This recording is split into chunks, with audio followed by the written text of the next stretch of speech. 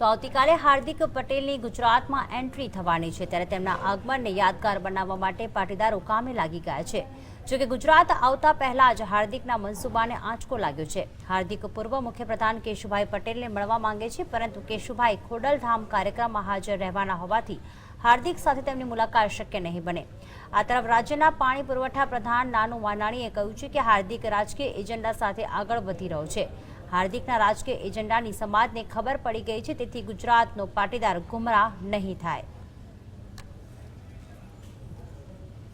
તો ઉલ્લેખનીય છે કે આજે હિંમતનગર પાસ કોર કમિટીના દિનેશ બાંભાણિયા, મનોજ કડાના અને રવિ પટેલે સંયુક્ત પ્રેસ કોન્ફરન્સ યોજી હતી, જેમાં તેમણે જાહેરાત કરી હતી કે હાર્દિકને આવકારવા માટે 5000 ગાડીઓનો કાફલો રતનપુર બોર્ડર પર પહોંચશે। હાર્દિક સૌ પહેલા હિંમતનગરમાં સભા સંબોધશે, જો કે આ સભાને હજુ સુધી તંત્ર દ્વારા મંજૂરી આપવામાં આવી નથી। હિંમતનગરમાં આવતીકાલે યોજાનારી સભામાં કોઈ અવ્યવસ્થા ન સર્જાય તે માટે 500 વીઘા ખેતરમાં પાર્કિંગ વ્યવસ્થા ઊભી કરાઈ હતી।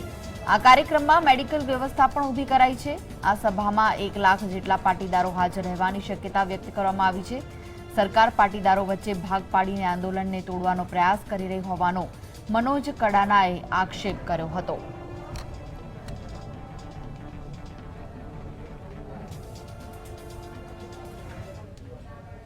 હાઈકોર્ટના આદેશ બાદ 6 માસથી રાજ્ય બહાર રહેતો હાર્દિક પટેલ આવતીકાલે રાજ્યમાં પ્રવેશ કરશે, ત્યારે હાર્દિક પટેલને રાજસ્થાનથી ગુજરાતમાં સ્વાગત કરવા માટે મોટી સંખ્યામાં પાટીદારો ઉમટી પડશે।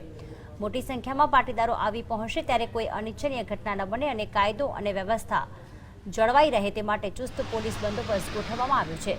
ત્યારે હાર્દિકના આગમનને લઈને પોલીસ અને આઈબી સતર્ક છે। રતનપુર બોર્ડર નજીક કાયદો અને વ્યવસ્થા જાળવવા જિલ્લા પોલીસ તંત્ર દ્વારા તૈયારીઓ કરવામાં આવી રહી છે। 4 ડીવાયએસપી, 10 પીઆઈ, 15 પીએસઆઈ અને 500 પોલીસ કોન્સ્ટેબલનો કાફલો બંદોબસ્તમાં ગોઠવવામાં આવશે। આ ઉપરાંત એક એસઆરપીની ટુકડીને પણ તૈનાત કરવામાં આવશે। શામળાજી અમદાવાદ હાઈવે પર અવ્યવસ્થા ન સર્જાય તે માટે પોલીસ પોઈન્ટ તૈયાર કરવામાં આવ્યો છે।